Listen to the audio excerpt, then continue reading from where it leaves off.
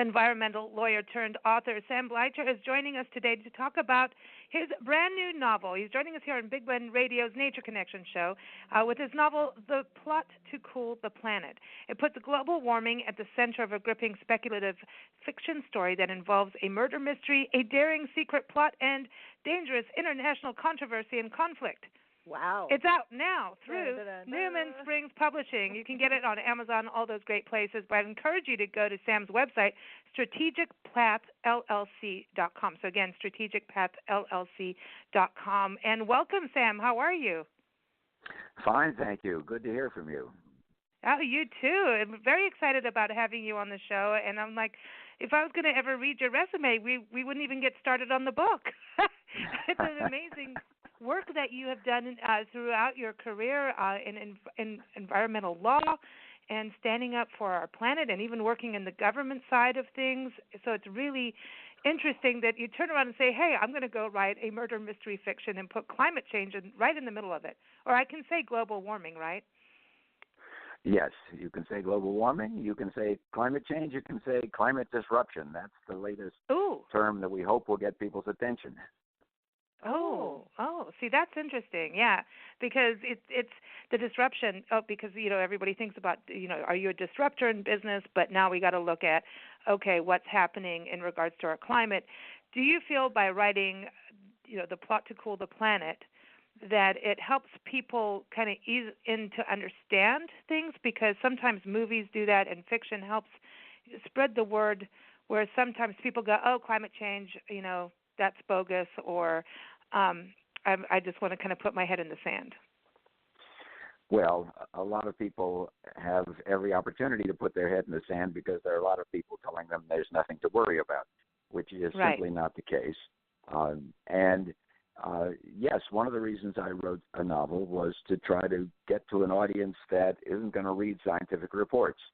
I know from experience, and having spent a lot of time reading scientific reports myself, that they're very carefully controlled, they're very balanced, and as a result, they're very narrow, and they don't really make very explicit what their recommendations are.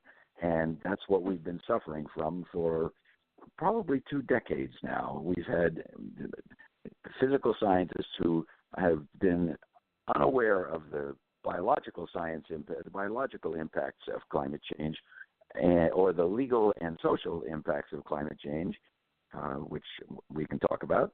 And the result is that they said, yes, sea level is going to rise a little bit and temperatures are going to go up. Some people are going to have to move. And that was about the end of it. And it just didn't have an effect. The other thing that I think is important about writing a novel is, first of all, I can put it in the future and make stuff up that I think needs to make the situation clearer.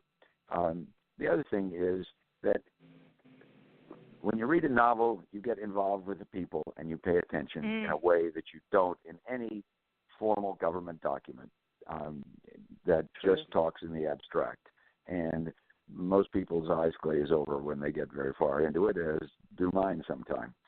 So that's a factor. And I think that having people talk about these issues and these problems and what they think needs to be done about them is much more engrossing than reading an abstract report. And I guess finally, I liked writing it. I thought that it would be a challenge and an interesting project, and I enjoyed the process of trying to figure out what these people in the book were going to do. So that made it very interesting for me. I think that's important because it also makes us think about what would we do. And when you have, here's your climate scientist getting murdered, and when you think about that, that's happening now. Scientists are getting murdered. There's it's almost, back in the day, it used to be car accidents and things, you know what I mean? And I feel like science is under attack right now, and our scientists are under attack. And that there's even, and I know you understand the government side and that part of it, but I feel like sometimes our top government, that there's people that don't even know how to read a scientific report. And so, therefore, they don't understand science, and that's one of the biggest problems. Well, there certainly are people who don't understand, and then there are other people who have a large financial stake in continuing to use fossil fuels, continuing to use pipelines and rail lines to transport those fuels, continuing to run their industrial plants as they have in the past. You know, industrial investment is almost always a long-term thing. It's you put money in now and it generates revenues for 50 years. And the difficulty is that we don't have 50 years to use up all of the infrastructure that we have built. We just have to stop and turn things around much more quickly. And that's a message that nobody wants to hear. It's an expense.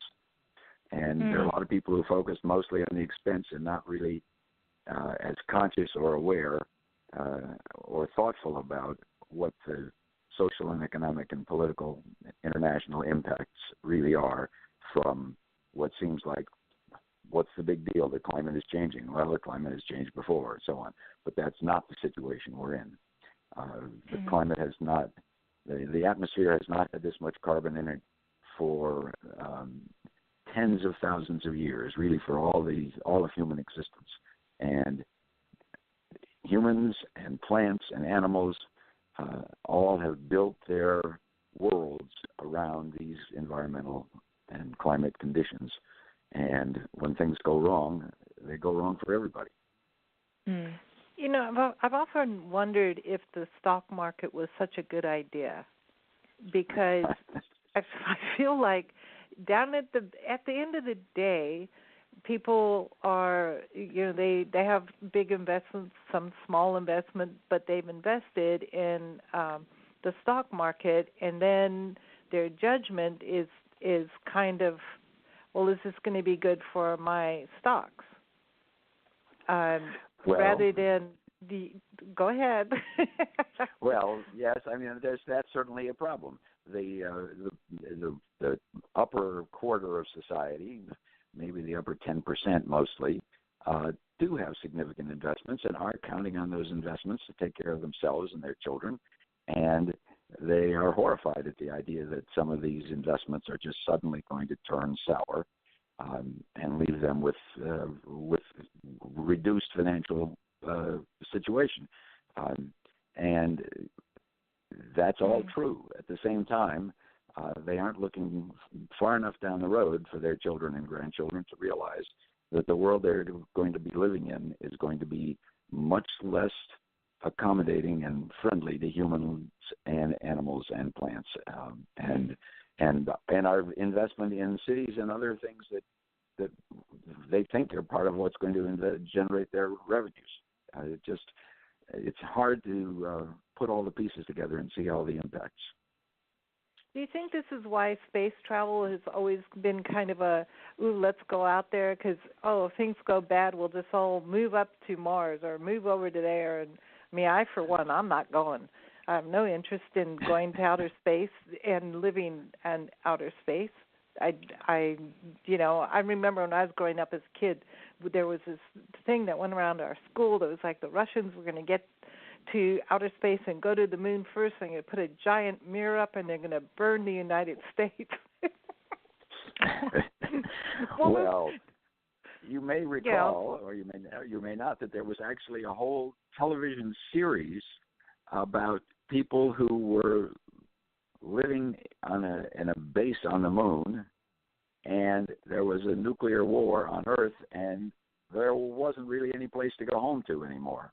And there was a series of discussions, a series of programs about what they tried to do and how they tried to do it, and somebody found a way to make each program exciting and unexpected. But yes, that premise has been around, that concern has been around for a long time, and there are those who think that that's just, we should invest in outer space as insurance against the destruction of all human life. Well, that's one way of going about it, but I haven't quite given up on the idea that we can make the planet reasonably habitable and adjust to a new way of life here. I agree. I agree. Go ahead. Some people think that's the optimistic view, and a couple of people who've read my book have said to me, well, you're an optimist. And I said, well, you'll notice the story ends in 2025. It starts in 2020, it ends in 2025. Yeah, good timing. The worst effects have not yet come into play, and in the story, some of those effects get reversed, at least temporarily. And so it's, yes, in some ways it is an optimistic book because by an unorthodox set of events, the Earth has been, the process of climate disruption has been slowed down, and that's one way of describing the story. Yes, the murder mystery. It's funny. Of course, you need a murder in a mystery book, and the person who's murdered is in the first chapter, and a significant part of the book is taken up with trying to find the murderers and who put the money into. I mean, it's clearly an assassination, and the question is who did it and why, and that takes a part of the book. But the other part of the book is some diplomats from small island states like the Maldives and Trinidad and Tobago decide that they are going to do something and ignore international requirements and international procedures. And they're pretty nervous about doing that for good reason. They said, we have small countries. If the international rules don't apply, we're in the danger. But they managed to carry this off, and there is, in the end, a serious U.S.-USSR confrontation that largely plays out. Well, some of it plays out in military space, and the rest of it plays out at the United Nations. So, and throughout that, though, the ideas of this climate scientist who were murdered have an impact on the decision process of the people who are deciding whether to go ahead with this project. So I love that you brought in the islands, because I think they're really in trouble. I mean, and what, there's the one huge part of climate change. Everyone's fighting about refugees coming into this country and other countries. I mean, there's a big drama with that. But climate change refugees, I feel like people aren't even thinking that way. And maybe tagging that in there, getting people to think that way, then they may start to do more on climate change in regards to our federal government. And, I think look at the Paris Agreement. I think, it's like, hello, wakey, wakey. But the islands, we've interviewed a gentleman, Carlisle Richardson, a few times on our show, and he was with the UN. He's not anymore. Now he's in Australia he's starting a nonprofit, an island foundation, just for climate change. And he came on our shows talking about this, and he grew up in the islands, in Solomon Island, I believe, And it was just, when we talk about what are actual islands are going away, and I think that's so important that people understand that. So I really appreciate that you incorporated that into the plan, and then also into the story, but also that they're like, hey, we got to do something, and we got to do something now, regardless of what the upper muckety mucks are going to do, and the dangers that can happen from other countries. That you are going. This is where it could go rogue all over if people don't start looking at it now. So I think that's a really good urgency you put in there. They have, in some ways, the most urgent situation, because we think to ourselves, well, if the water level rises, we'll move up into the mountains. There are no places to move in some of these island countries.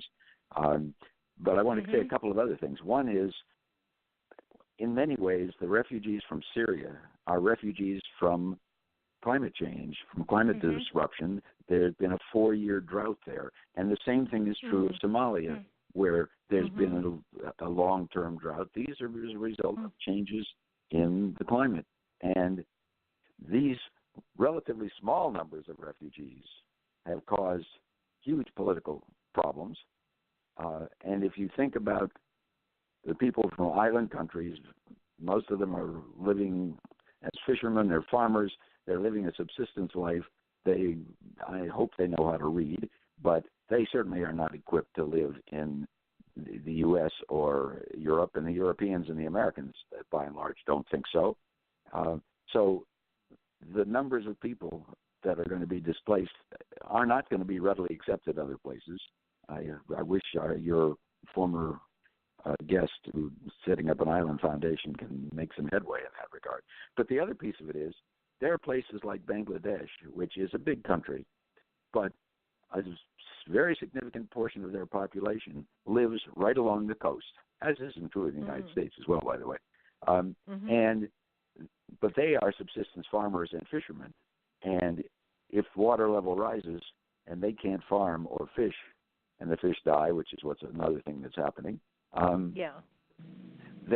Where are they going to go?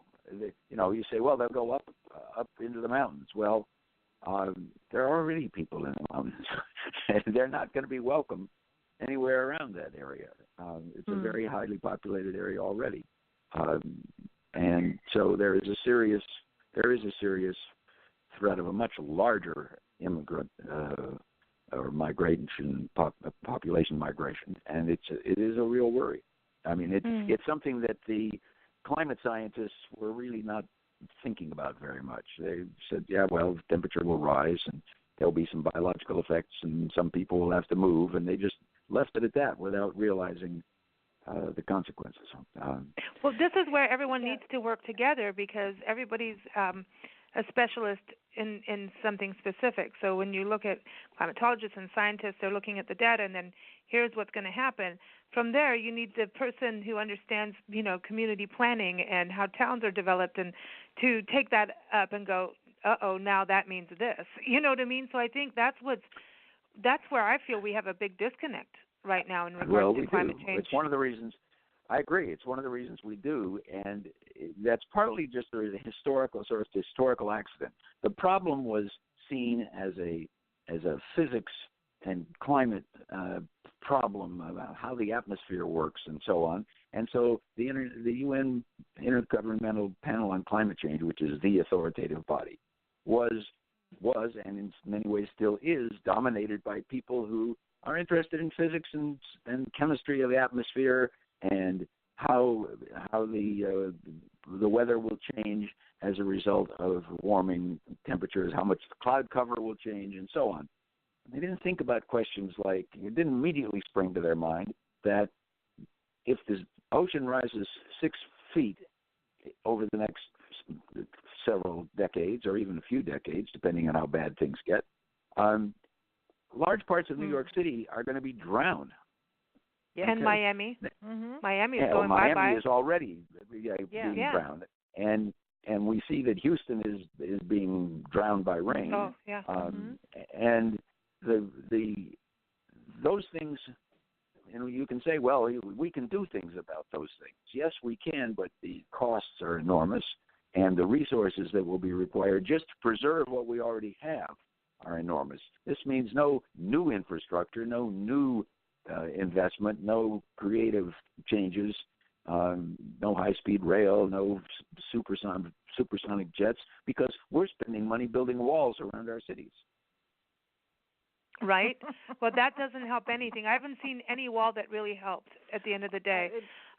Maybe temporarily at some point when there's high peak drama, but no, the Berlin Wall, the China Wall, none of that helped at the end of the day. So, and that doesn't go with nature. Right where we are right now today, we travel full time, going across the country to document parks and public lands, and we started our tour. It was called the Big Blend Spirit of America Tour, because America's parks being the greatest idea. Ken Burns started that, and we were going to all national park units. And part of it was what happened along the coastline in the Gulf, because we've allowed development instead of leaving this park space, this natural space. We took out the wetlands and the buffer zone. Yeah. So we started this tour, and then we realized how important every single space of land is, and now we're on our Love Your Parks tour, where we're like documenting community parks. If there's a square inch of grass you can save it. You know what I mean? It's like having, or just the natural land, not necessarily a lawn. Native plants are good too, and better. So we're trying to get communities to understand the importance of doing something, and just that kind of thing of saving your land. It's good for the people. and then they start to understand the importance, and the health benefits are gazillion, but it's about saving those little spaces, because I think it helps in regards to climate change. I think land helps when it's done right. There's no question about that. The problem, unfortunately, the problem is that having broken pieces here and there doesn't work for a lot of wildlife, because they have to have migration channels. Yes, right. That's true for the birds. That's true for the animals. That's true for a lot of insects. And the result is that you break it up into pieces, and you say, well, we've still got lots of land that's protected, but it doesn't connect up in ways that it needs to. It's like trying to put it in a museum. We need wildlife corridors. We need corridors. It's just like if you put the wall thing, right, and that's going to mess up what's happening. The jaguar that comes over. We just had I keep calling them servals, Nancy, and you know what I'm talking about, ocelots. Come over the southwest border over by Tucson area, and if we put the wall, we are going to ruin that natural progression of the animal going back. The jaguar used to live all the way up in the Grand Canyon. That area. That was its territory. Well, that's right. And now it's coming back. You have to understand the territory and we understand the territory of some of the large animals because people are interested in them when we study them. Yeah, the big five. Right. Yeah. When you start studying the insects and the butterflies and the birds, and we just don't have enough information to even know what is critical to them and what isn't. So it is really a serious problem. Those things, I tried to bring some of that into the plot to cool the planet, but mostly I talk simply about rising sea levels. But I also talk about the change in, we city folk think, well, if the trees bloom 2 weeks earlier and it's warmer and we get over with winter, so much the better. But that doesn't work for the creatures that have depended on the trees blooming at a certain time. They get there and the flowers are already gone because they've been used up. I mean, they've bloomed already and they're gone. And that means no food. And things like that break down the whole agricultural system. I mean, they don't break it down. It means we maybe produce 10 or 15% less food from the same agricultural land that we had before. And, with 7 billion people, we're not going to get along with 15% less food. We are worried about feeding people as it is. I think the fact that you've written it, the plot to cool the planet. I keep wanting to say the climate. The plot to cool the planet again, everyone. Writing this and bringing the fact that you brought climate change and global warming into the epicenter of this and getting people to understand, because I think we're living with that deep fear of like it's really happening, and so it kind of helps you get in touch with that, and what can we do. But at the same time, looking at the characters, do you think being a lawyer and reading, does that help you develop your characters? Because as soon as you start reading, you're in, and the character, Ingrid's real. Like she's got what's going on with her mind and what she's doing, and you develop her very quickly. Do you think it's from being a lawyer? I would like to claim that being a lawyer has made me acutely aware of other people's personalities and like good poker players, you can see what they're thinking and when they're coming along, when they're not. I teach a course in international negotiations, and one of the things I always tell the students at the beginning, and they really don't get it for a while, is it doesn't help to be right if the other guy doesn't agree. A negotiation has to reach an agreement at the end if you're going to accomplish anything. And being able to see that is really critical. In part, what drives a lot of what I've written is having sat in any number of government meetings over many years and seen how people interact. And it's interesting to see how decisions get made and whose interests are where and how hard it is really for people to get outside of the box that they are representing. The guys from the Defense Department look at things one way, and the guys from the Energy Department look at things another way, and the guys from the EPA and the Department of Interior in the United States, the Natural Resources departments around the world, look at things completely differently. And when the president of Indonesia calls together his staff and says, "What do you think?" he just gets an argument among the various people, because they aren't able to really see that none of what they're doing is going to mean anything if we don't get this problem under control. And that's one of the things that happens in real life. Hard problems, just get pushed on to the next guy. And sometimes in the slow problems like this one, I mean, the plot to cool the planet is about a problem that will be impossible in 2100 if we keep going the way we're going and don't do anything. But that's not tomorrow, and that's not next week, and that's not next year, and that's not next presidential cycle. And it's very hard for people to say, yes, we've got to do something now, not later. You may have noticed. We were talking to a friend a while back, a couple years back actually, and her take on it was that it's going to happen anyway and it's not our fault. And it made me think that there's a lot of people who they read about it, they're concerned about it, but they decided, or they don't want to say, I did anything to contribute to the warming of the planet.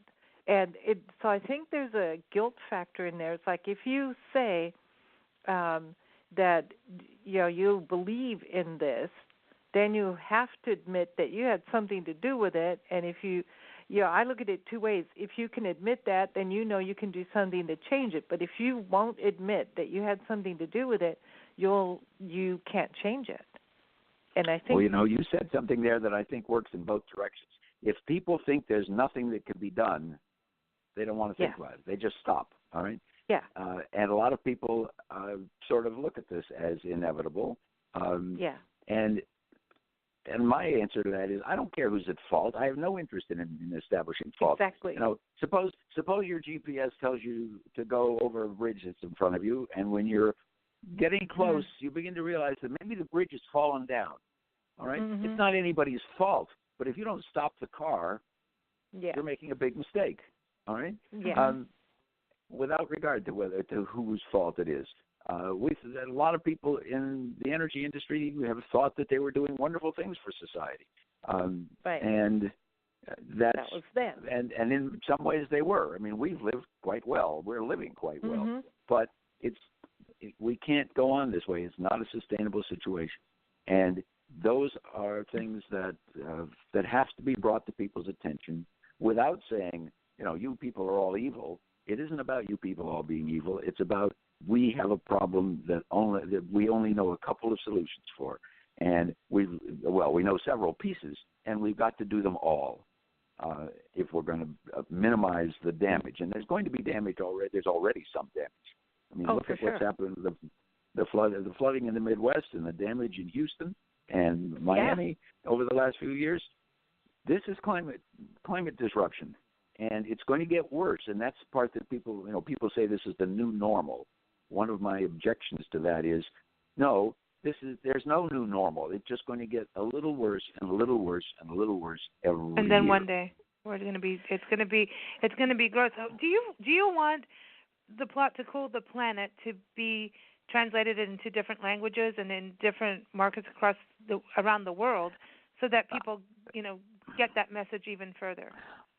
Well, actually, I was at an event where the speaker is a completely bilingual American-Chinese who lives in Hong Kong. And I told her a little bit about the book, and she said, how would you like to have this translated into Chinese? And I said, I'd love it. She said, it's not very expensive. You can get it done. I'm pursuing that. It is. Oh, good. It's something that needs to be done, yes. And, of course, it's also true that people all around the world do read English, and if they're really interested, they will work their way through it. It is, and in many ways, it's a lot easier than reading some scientific document where there's lots of specialized terminology that even I don't understand Right. sometimes until I look at it and say, oh, yeah, that must mean such and such. So, yes, I would love to have the book in the plot that cooled the planet in Chinese would be very interesting. And the only thing I'm concerned about is I want to make sure that whoever translates it doesn't twist the story somehow. Yeah, because we did that in South Africa. Nancy had a magazine over there, and we did it, and we did even coloring books, and we did it in different languages, and we had the university do it, and everybody fought over it, and eventually we just said, okay, that's enough of that. But I can also just say, don't use Google Translate. Yeah, no, don't use that. Obviously not. No, we've got to do better than that. Yeah, and everyone listening to Big Blend Radio, if you go to our Big Blend Radio channel on YouTube and read the transcription, this is hysterical. It's so funny. I can't control that, but it's hysterical. It is what happens, But I know. I think I have to tell you that I listened to one of my radio interviews, and I said, "Boy, is that what I sound like when I'm really ad lib? I really hope I can do better than that." And I think I'm doing better than that today. But I want to know that it's a problem. I hope. In that case, I said, are you going to edit this after we were done? And the woman said, well, we'll put in some questions and stuff and break it up a little bit. And I said, well, the more editing you do, the better. I'm just making raw conversation into English. When you can't see people's faces and you can't see their hand gestures, it's much more difficult. And you can see that when you see I read transcripts of congressional hearings and transcripts of debates in the Congress, and you read it and you say, what is going on there? I can't understand. But you could, if you were there, you would see that although he used this word, he really meant that word, and he was pointing at somebody, and you knew what he was talking about. Yes. But you don't. Well, we have a solution for that. Yeah, I'm so glad you said that. I know. I can't believe you just said that. I can't believe it. Because we're going to be where everyone can see each other. When you're on the show. It's happening. People will be able to see all of us. We haven't even done an announcement, but we might as well say it. We just did. Wow, it's going to happen real fast. It's in the production right now when everyone can see each other. Because I've been hoping for something like that. In fact, one of my first questions about one of these interviews was, is this radio or television? Are we doing this by FaceTime? Or are we doing this by telephone? And now we can do it by telephone, and it can be in video. It's crazy, and it's great. It's something we've wanted for a long time, and at the same time, our audience often is listening to us when they're driving in the car or on a train. They're on a train or something. So the audio is always still very huge in listenership. But we have that virtual world, and I really believe that it's important that we have that connectivity, so we don't talk over each other, because it's hard to know when someone's finishing a sentence. There's all of that, but it's there now, and you're welcome to come on one of our climate shows. When we get this all rigged up, you're welcome to come on one of our Nature Connection shows and have a conversation and keep the conversation going further. And we'll be able to see I would love to. I'm hoping that... And who knows where we'll be. Yeah, who knows where we'll be. That's right. I'm hoping that one of the things that's interesting to me is I started this book in January of 2017, and I thought I was going to have it published by June of 18, and it just didn't get reviewed, and partly it was my own fault, because when I started really editing, I realized that the chapters needed to be organized and all the things that a proper writer does. Anyway, it has just come out in April of 19, and what was a really obscure idea of solar geoengineering has really begun to show up in the news stories all over the place. And so originally when we wrote the press release, it would just said something about a geoengineering solution to the problem or approach to the problem. But now I'm being very much more specific because people know the term, and a lot of the people I want to reach certainly know the term. So things are changing very rapidly, and keeping up with what's going on is a full-time job for me. I think we do Yes. have hope, and Of course we do. just the conversation on the show here today. Just the guests before you, like what they're doing Bethesda Green and getting these green small businesses off and running. I think it's very exciting, and I think it's to me, I look at this as okay. Whenever you have a problem, make lemonade and do something positive with it. And I think climate change is number one. Could bring global unity, because we're all going to be neighbors real soon on the same raft, We're all going right? to be on the raft or the mountain. But we can problem solve, and it's a unity in a way. When trouble happens, it's unity, and it will also finally prove that the world is not flat. I just had to bring that up. I just had to say that. Any chance I can There to you remind go people with your that the world science is not stuff flat. again. Yes. There you go with your science stuff again about the world isn't flat. Well, I hope you're right about the unity phenomenon, because I think that's really essential. But the immigration problem shows that we're much more fractionated, and is much more susceptible to stereotypes and us and them thinking than we would like. And that's one of the things that I don't bring it out in the plot to cool the planet. But that if we have millions of refugees instead of hundreds of thousands or tens of thousands, we are going to be in a world of hurt. And one thing I wanted to say about hope, though, and that is, this is a problem we have to deal with, and so it isn't a question of having a hope that we will solve it. It's a question of how can we minimize the adverse impacts, and what are all the things we can do, and we just need to do them. And whether we succeed, we won't know. Certainly speaking for myself, and probably speaking for you, we aren't going to be alive at the time when the worst occurs, in maybe 2140 or 50, 100 years from now, 120 years from now.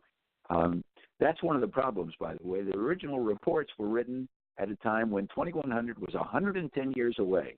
Yeah. Nobody took any of that seriously. None of the decision makers would ever thought they were going to get there. Yeah. What's that got to do with me? Exactly. I'll already be dead. Exactly. But that's kind of I always worry about that kind of thinking where, if it's not about you, you don't care. Yeah. Right. Yeah. Right. Well, we got and to. It's not about us. It's not even about our children. It's about our grandchildren, who knows about them? It's very hard for people to come to grips with that kind of problem. And I agree. So we really have to deal with it. And whatever we do will make it better. That's in one sense the best answer. Well, do you have hope that we can solve this problem? The answer is the more we do, the better it'll be. And that's all. Exactly. That's reason enough to do something. Absolutely. I love that. I love that. Well, Sam, it's been such a pleasure chatting with you, and so thank you for doing what you're doing, all this writing, and I hope more is coming out from you. Everyone, again, Sam Bleicher, go to Bleicher. So just to spell that out, because you never know. I speak Afrikaans, and so I want to take your last name and make it Dutch, and that's not right, is it? The story of my name is so complicated you wouldn't believe it, but in fact I pronounce it Bleacher, and because all of my family is really because all of my family is Russian, not German, except one collateral relative who managed to pave the way for my grandparents to get to the United States, and so my grandmother adopted his name because he didn't have any children. He wanted his name carried on. So and some of my relatives have changed the spelling to double E, and others of my relatives have do pronounce it Bleicher because they were doctors and that's what all their patients said. So they gave up. But that's German. Well, it's interesting, because I went to go. Well, because of speaking Afrikaans, I wanted to go Bleeker. And that's just I can't help that. And that doesn't even mean that I'm right in that because I haven't been in that country for years. But I twist everyone's names and I don't mean it. It's just like when you start learning different languages. I took Dutch and German at the same time, and that I created my own language. I took French and Spanish, and it completely messed me up. And they're all connected in some weird way. So there it is. But I'm going to spell it again. It's Bleicher. Again, the book is The Plot to Cool the Planet, and go to strategicpath.com. SamLLC.com to keep up with Sam, and he's also on Twitter and he's on Facebook. I should add. Can I add one thing? And that is the Go book ahead. has a Facebook page. So there is a Facebook page for The Plot to Cool the Planet if you want to go there. And I try to post everything of importance, including this interview, which will be posted there. And Cool. I'm Awesome. looking forward to it. So Well, thank you. you. And everyone, I want to also give a shout-out to JKS Communications. They're our book partners, and they introduced us to Sam. And also, they have sent us on a story mission across the country. So everywhere we go in our Love Your Parks tour, we are finding literary stories. And so we want to thank them for that. And you can keep up with them at jkscommunications.com because this is so cool. We're finding all kinds of really crazy stories. They send us the best. Yeah, they I know. Really do. They really do know good authors and what's happening. So keep up with them. Now, Sam, I know you're going to go, but I want to tell you we're going to play a special song for you. This is called Deep in the Water. Doesn't that sound right? But this, I thought I had to play this. This is Gary Douglas. His band is incredible, the Gary Douglas Band, Americana Music, and his latest album is Deep in the Water. And he is in the Hall of Fame as a trial attorney, and he won against DuPont. So I thought you might We like him. Just thought. Yes, You know? anybody who can beat DuPont is done something. That's Exactly. I've seen how So, big corporations litigate, and mostly, even if they don't have a very good case, they wear down the opposition just by one thing after Because another. they got the money. Yeah, and him doing this album, his whole album kind of goes on that. Of what happened with the families. He's taken on the tobacco industry, and our interview with him and everyone, you can get it on blendradioandtv.com, and also follow up with What We Do with Sam on there too. And I think we spent over an hour talking about his trials, and it's scary what happens, and that's what I think ties back to your book, is that scientists do get murdered. They do disappear. And so do, he's had people go after him because of what he was doing. And a lot more people just get beaten down and discouraged and fearful and give up. And that's a much bigger problem in a way because it affects everybody. It's what I read about, a piece I read about terrorism the other day that said it isn't the damage that the terrorists inflict, it's the fear that they generate. When you count the lives that are lost, it's practically nothing compared to what we do in a war. But it's the fear that everybody has that something terrible is going to happen. And fear is toxic. Fear is a real raw. Toxic. I mean, we have to have a good dose of fear because we're to survive. People that, I mean, you have to be aware. Your sensibilities have to know. And fear tells you make a move. But when you're constantly in fear, it becomes you never do anything. You get paralyzed. You just don't do anything. It's like what's the point? And that's where when we're talking about climate change, people get paralyzed. It's like, oh, I don't care, or I don't believe it, or I'm so scared of it I can't do anything about it. Well, you can. You stop using plastic for one. There's so much. Look at Greentown, USA, what they did after that big tornado came through, devastated that town, and they rebuilt the entire town green. It's so cool. So there's things we can do. That's really good. That's really good. And I agree with you about plastics, but I think the more urgent thing is that people should stop buying internal combustion engine cars and trucks because they're going to, once they do that, then they're committed to be buying the gasoline and diesel fuel for the life of the vehicle, which is 15 years probably. Even if they don't keep it 15 years, they sell it to somebody else who uses it for 15 years. We really need to get off fossil fuels, and the sooner we get to electric vehicles, the better. So I agree.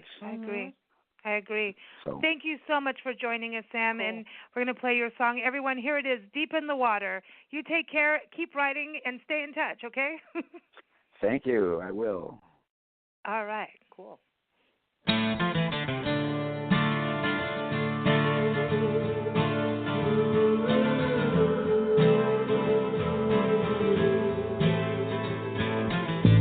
Man-made chemicals, they poison in the earth.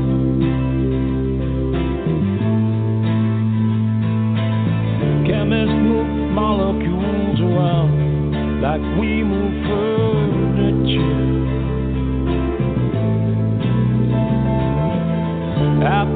we're dead and gone, it will be here a million years.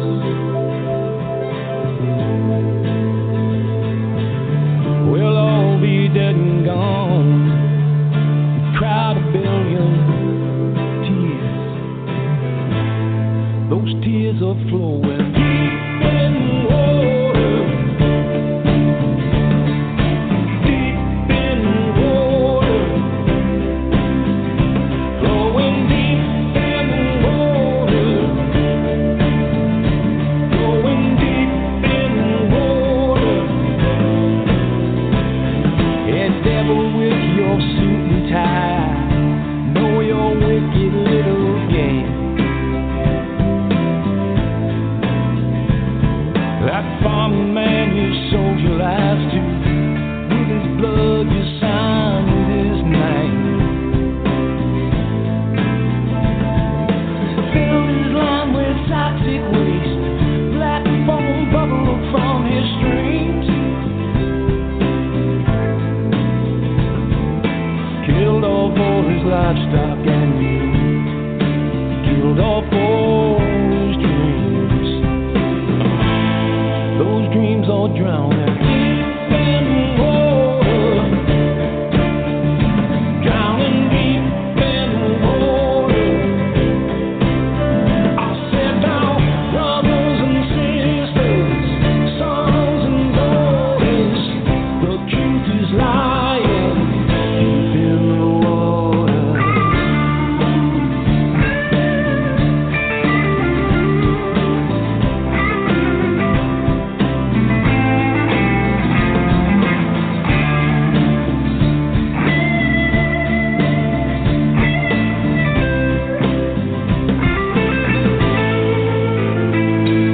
For all those folks in Parkersburg, cut down to their knees, there's a special place in hell for you, for raping decency. I'm not your puppet on the street, or your lawyer, or your scientist, or the EPA, or regulators. We've connected all your dots, and now we are the worst nightmare agitators.